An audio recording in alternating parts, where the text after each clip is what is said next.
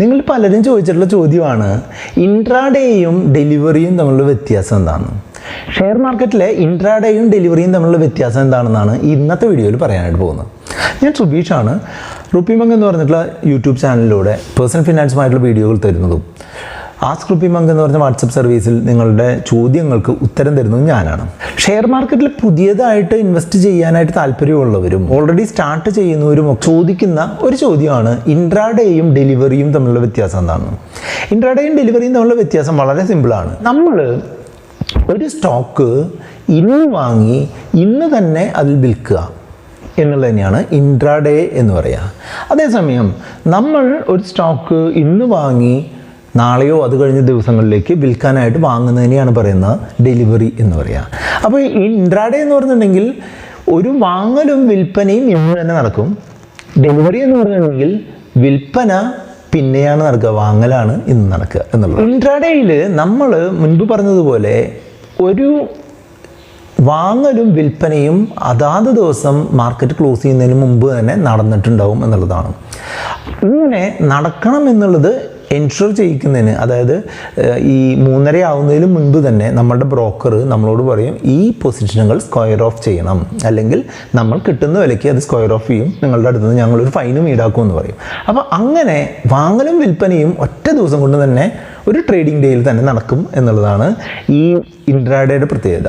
അപ്പോൾ ഇൻട്രാഡേ എന്തിനാ ആൾക്കാർ ചെയ്യുന്നതെന്ന് വെച്ചാൽ ഈ പ്രൈസ് മൂവ്മെൻറ്റ് നോക്കിയിട്ട് ഒരു ലാഭം നേടാൻ. ഇപ്പോൾ ഒരു ഉദാഹരണമായിട്ട് പറയുകയാണെന്നുണ്ടെങ്കിൽ റിലയൻസിന് ഇന്ന് ഒരു നല്ലൊരു ന്യൂസ് വരാനുള്ള സാധ്യതയുണ്ട് നമ്മൾ കരുതുന്നു എന്ന് വിചാരിക്കുക. അപ്പോൾ നമ്മൾ കാലത്ത് എന്ത് ചെയ്തു, റിലയൻസിൻ്റെ ഒരു 50 ഷെയർ അങ്ങ് വാങ്ങി വെച്ചു. അങ്ങനെ 50 ഷെയർ വാങ്ങി വെച്ച് കഴിഞ്ഞിട്ടുണ്ടെങ്കിൽ അത് ഉച്ച ചെയ്യുമ്പോഴേക്കും ആ ന്യൂസ് വന്നു, അല്ലെങ്കിൽ അതിനെപ്പറ്റി ഒരു ഇത് വന്നിട്ട് ഒരു റിലയൻസ് ഒരു 100 രൂപ കയറി എന്ന് കരുതുക. അപ്പോൾ നമ്മൾ 50 ഷെയർ നമ്മൾ വാങ്ങി വെച്ചിട്ടുണ്ട്. ഈ 100 രൂപ കയറിയ ഉടനെ തന്നെ നമ്മൾ ആ ഷെയർ അങ്ങ് വിൽക്കും. അപ്പോൾ 50 × 100 5000 രൂപ നമുക്ക് ലാഭം കിട്ടും അല്ലേ. അപ്പോൾ നമ്മൾ 3 കാലത്ത് നടത്തി, വിൽപ്പന ഉച്ചയ്ക്ക് നടത്തി, 500 രൂപ ലാഭം കിട്ടി. ആ സംവിധാനത്തിനെയാണ് എന്ത് പറയുക, ഈ ഇൻട്രാഡേ എന്ന് പറയുക.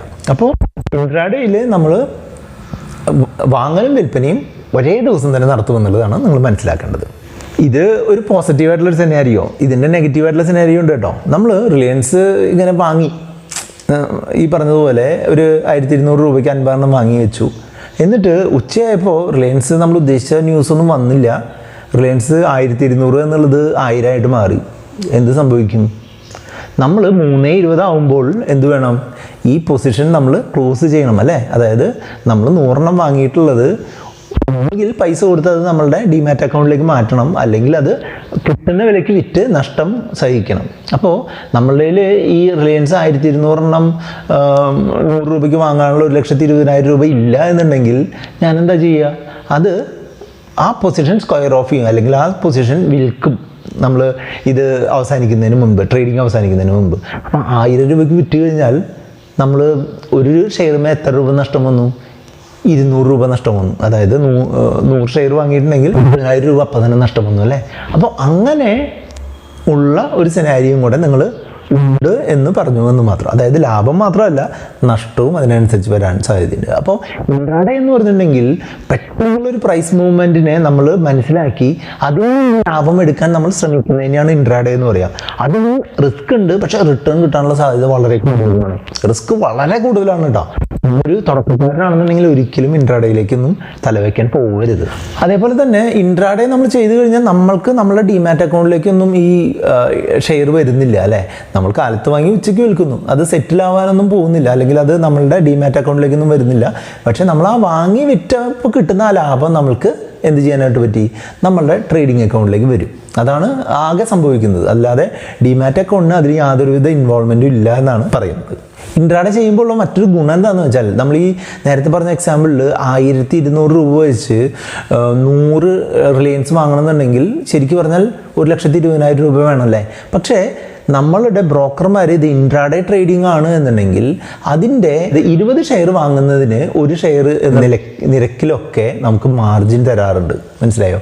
അതായത് ഈ കേസിലാണ് എന്നുണ്ടെങ്കിൽ നമ്മൾക്ക് 100 ഷെയർ വാങ്ങുമ്പോൾ ഒരു 5 ഷെയറിനുള്ള പൈസയെ നമ്മൾ കൊടുക്കണ്ടു. അതായത് ഒരു 6000 രൂപ കൊടുത്തു കഴിഞ്ഞിട്ടുണ്ടെങ്കിൽ നമുക്ക് റിലയൻസിൻ്റെ ഈ 100 ഷെയർ വാങ്ങാനുള്ള ഒരു ഒരു കോൺട്രാക്റ്റ് എടുക്കാനായിട്ട് പറ്റും, അല്ലെങ്കിൽ ഡേ ട്രേഡിംഗ് നടത്താനായിട്ട് പറ്റും.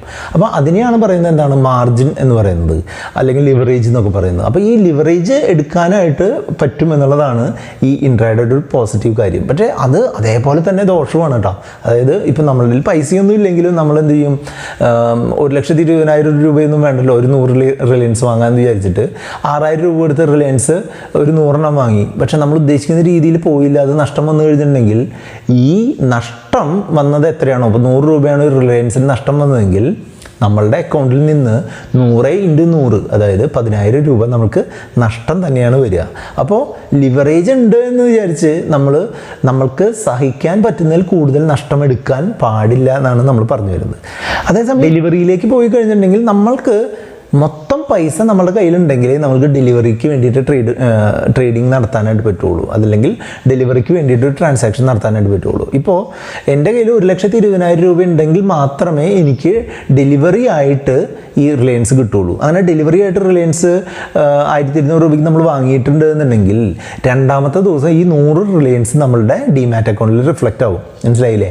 അപ്പോൾ സാധാരണഗതിയിൽ നമ്മളുടെ കയ്യിലുള്ളൊരു പൈസ ഒരു ലോങ് ടേമിലേക്ക് ഇൻവെസ്റ്റ് ചെയ്യുക, എന്നിട്ടൊരു 3 മാസമൊക്കെ കഴിഞ്ഞ് റിലയൻസ് നല്ല രീതിയിൽ 2,000 രൂപയ്ക്കായി നമ്മൾ വിറ്റ് വേണമെങ്കിൽ മാറാം. അപ്പോൾ അങ്ങനെയുള്ളൊരു ആവശ്യത്തിനായിട്ടാണ് നമ്മൾ ഏതെടുക്കുക, ഡെലിവറി ട്രേഡിങ് എടുക്കുക.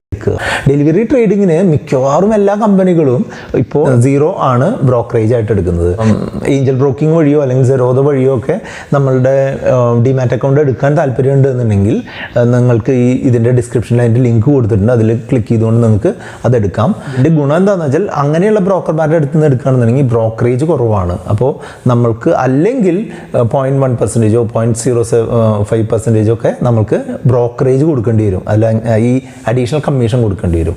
അങ്ങനെ ഇല്ലാതെ ഇത് വാങ്ങുന്നതിനായിട്ടാണ് ഈ ഏഞ്ചൽ ബ്രോക്കിങ്ങോ സെറോദയോ ഒക്കെ പോലുള്ള ഡിസ്കൗണ്ട് ബ്രോക്കർമാർ നമ്മളെ സഹായിക്കുന്നത്. നിങ്ങൾക്ക് ഏകദേശം കാര്യം മനസ്സിലായിട്ടുണ്ടാവും അല്ലേ? അതായത് ഡെലിവറി എന്ന് പറഞ്ഞിട്ടുണ്ടെങ്കിൽ നമ്മൾ ഒരു വാങ്ങൽ മാത്രമാണ് ആദ്യം നടക്കുന്നത്, വിൽക്കൽ പിന്നെ എപ്പോഴെങ്കിലുമാണ് നമ്മൾ നടക്കുന്നത്. അപ്പോൾ നമുക്കൊരു ലോങ് ടേമിലേക്ക് അല്ലെങ്കിൽ ഒരു കുറച്ചുകൂടെ സമയം കഴിഞ്ഞിട്ട് നമുക്ക് കിട്ടുന്ന ലാഭത്തിനെ നമ്മൾ അഡ്രസ്സ് ചെയ്യാൻ വേണ്ടിയിട്ടാണ് ഈ ഡെലിവറി ട്രേഡിംഗ് നടത്തുന്നത് എന്നുള്ളതാണ്. ഡെലിവറി ട്രേഡിംഗ് നടത്തുമ്പോൾ നമുക്ക് സ്റ്റോക്ക് നമ്മളുടെ ഡിമാറ്റ് അക്കൗണ്ടിലേക്ക് വരും.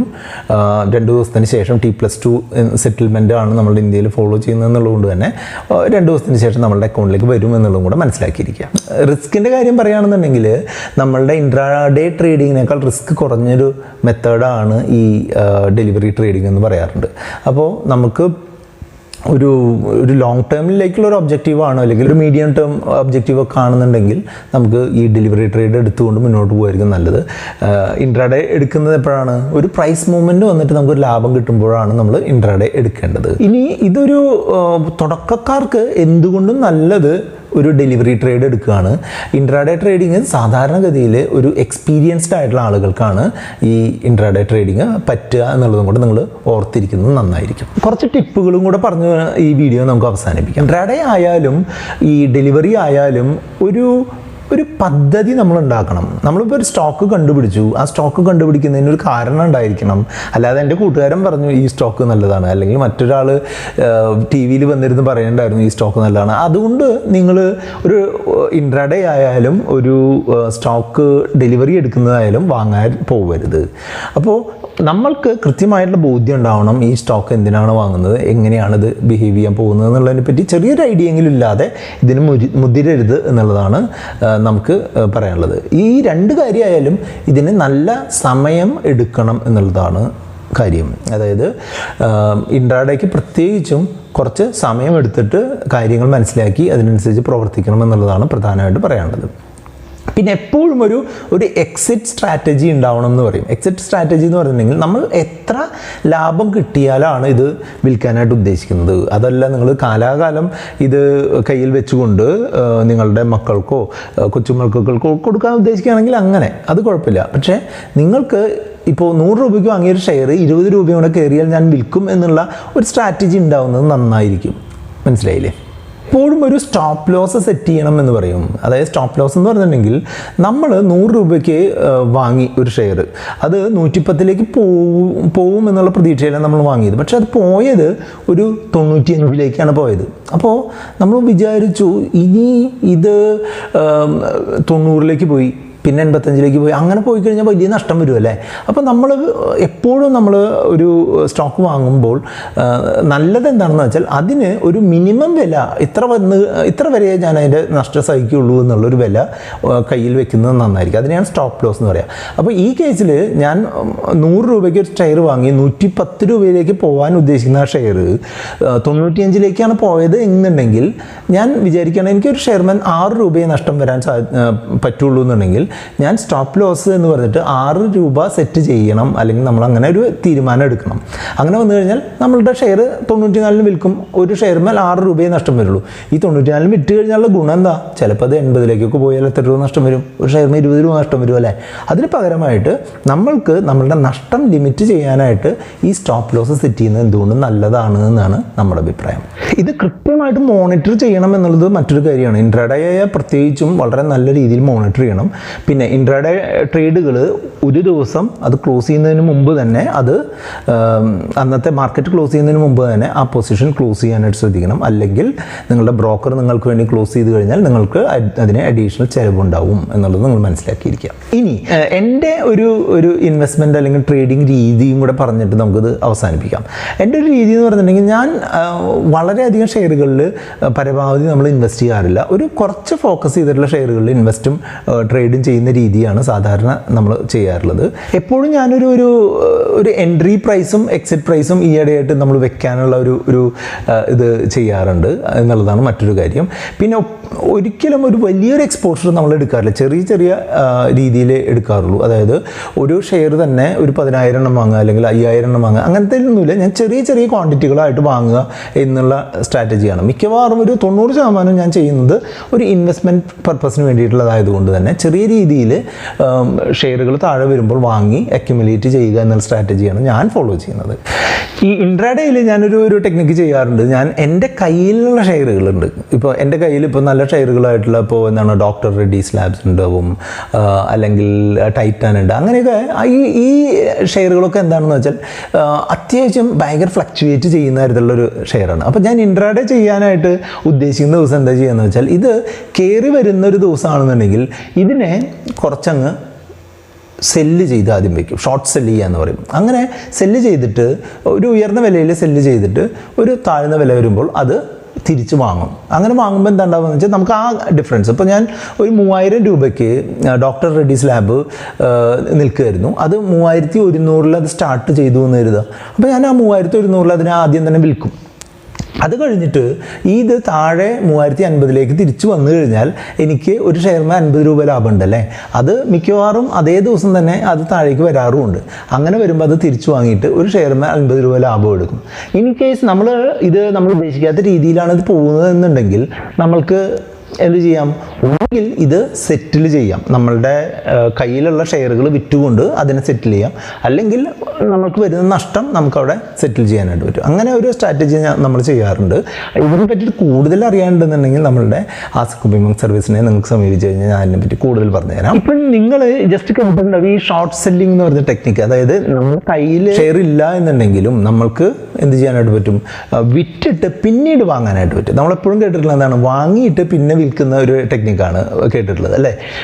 ഇത് നമ്മൾക്ക് സ്റ്റോക്കിൽ ഇൻട്രാഡേ ഒക്കെ ചെയ്യുമ്പോൾ നമുക്ക് വിറ്റതിന് ശേഷം പിന്നീട് ഷെയർ വാങ്ങാനായിട്ട് പറ്റും. അതിനെയാണ് ഷോർട്ട് സെല്ലിംഗ് എന്ന് പറയുക. ആ ഷോർട്ട് സെല്ലിങ്ങിനെ പറ്റി നമ്മളൊരു വീഡിയോ ചെയ്തിട്ടുണ്ട്.